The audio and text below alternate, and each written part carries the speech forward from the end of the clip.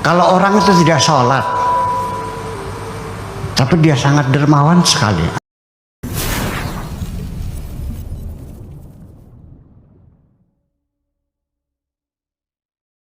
Ibadah sholat ini menjadi panglima dalam beragama. Untuk mengukur kebenaran seseorang beragamanya benar atau tidak, lihat saja di sholatnya. Itu satu. Yang kedua, bahwa sholat itu adalah tiang agama. As-sholatu imaduddin, faman aqamaha faqad haddamaddin. Barang siapa yang mendirikan sholat berarti mendirikan agama. Wa man tarakaha faqad haddamaddin. Barang siapa meninggalkan sholat berarti menghancurkan agama. Lalu ada lagi hadis, wah segudang nih saya teman-teman. Ya, banyak ratusan hadis tentang sholatnya.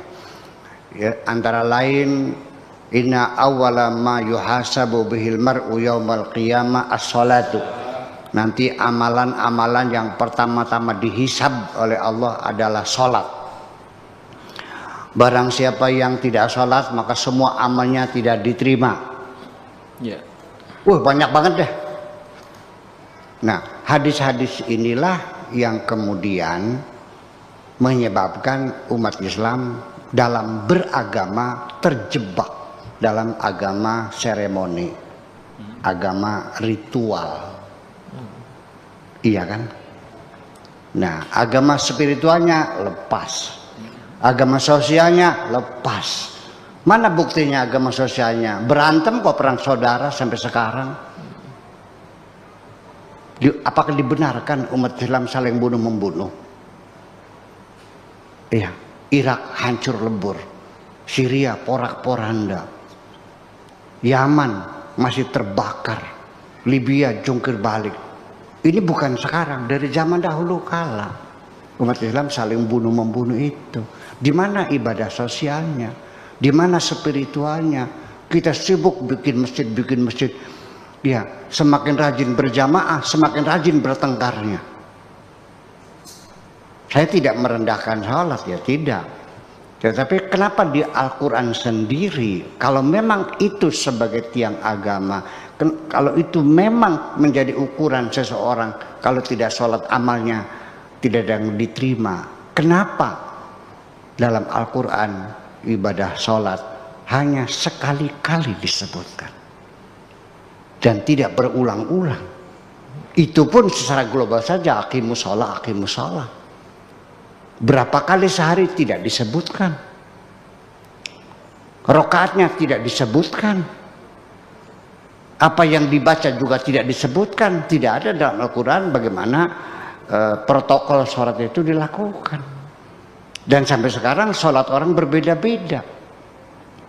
Ada yang takbirnya di atas kepala, ada yang di atas kuping, di bawah kuping, di atas pundak, ada yang digoyang-goyang, ada yang sedekap, ada yang tidak. Sampai baca Fatihahnya ada yang baca Fatihah, ada yang tidak. Yang baca Fatihah ada yang baca bahasa, ada yang tidak. Sampai menunjuk sepatu syahadat saja, tasawuf saja, ada yang digoyang-goyang.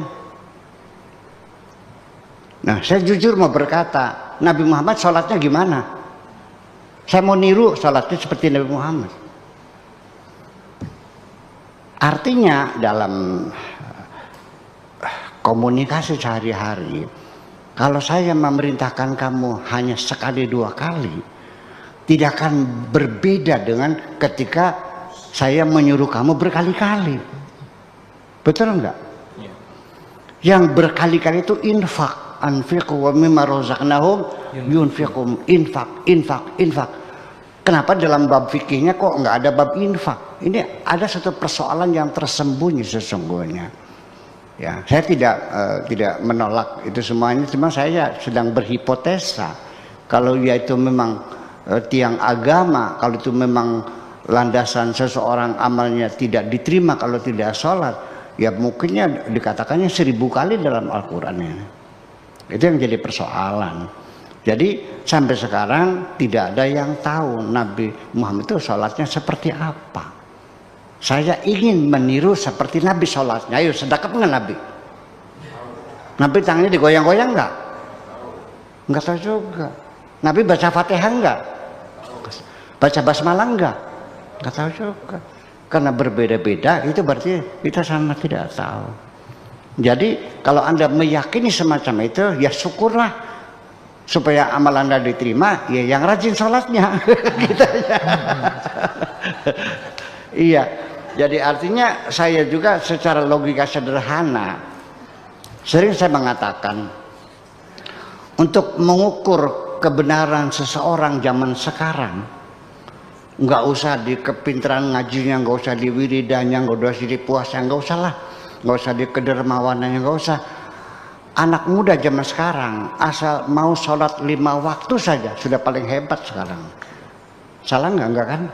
Ya, jadi saya tidak menyalahkan itu, tetapi bahwa sholat menjadi panglima dalam beragama itu menyebabkan akhirnya kita terjebak dalam agama seremoni semacam itu. Nah, sehingga ini konsekuensinya, kalau orang itu tidak sholat tapi dia sangat dermawan sekali, Anda hormati enggak? Ada orang itu sholatnya rajin tapi medit, dihormati enggak? Ada orang bertengkar saja tapi sholat berjamaahnya rajin, hebat enggak? Nah itu kan kita berbicara dengan logika yang sederhana saja semacam itu. Tetapi saya tidak merendahkan, saya tetap mengagumi, saya menghormati, dan saya menyanjung orang yang sholatnya rajin. Itu aja persoalannya. Tetapi saya tidak akan merendahkan seseorang karena dia tidak sholat. Nah sekarang kalau orang beragama lain gimana? Anda hilangkan semua kebaikannya karena dia agamanya lain gitu, dan dia tidak perlu menghormatinya. Nah ini kan jadi persoalan. Akhirnya melebar sampai kepada sholat, sehingga orang dihinakan karena tidak sholat, orang dihinakan karena agamanya berbeda, dan sebagainya.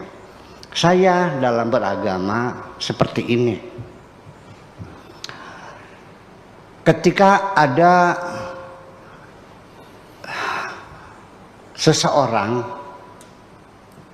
menjelek-jelekan agama saya, menghinakan Nabi Muhammad, mencaci maki Al-Quran, saya akan balik badan, saya tinggalkan. Sampai kapan nanti? Sampai dia berbicara urusan yang lain. Wa idza ra'aita alladziina yakhuduna fi ayatina fa'arid anhum wa la taqud mahum hatta yakhudu fi haditsin ghairi. Ini Al-Qur'an. Bila engkau mendengar ada orang mencaci maki agama kamu dan sebagainya, balik badan saja. Jangan duduk bersama mereka sampai mereka berbicara yang lain. Saya tidak akan melaporkannya ke Baris Krim sebagai penistaan agama. Ini Al-Qur'annya begitu. Maunya gimana? Iya. Wa idza ra'aitumul ladzina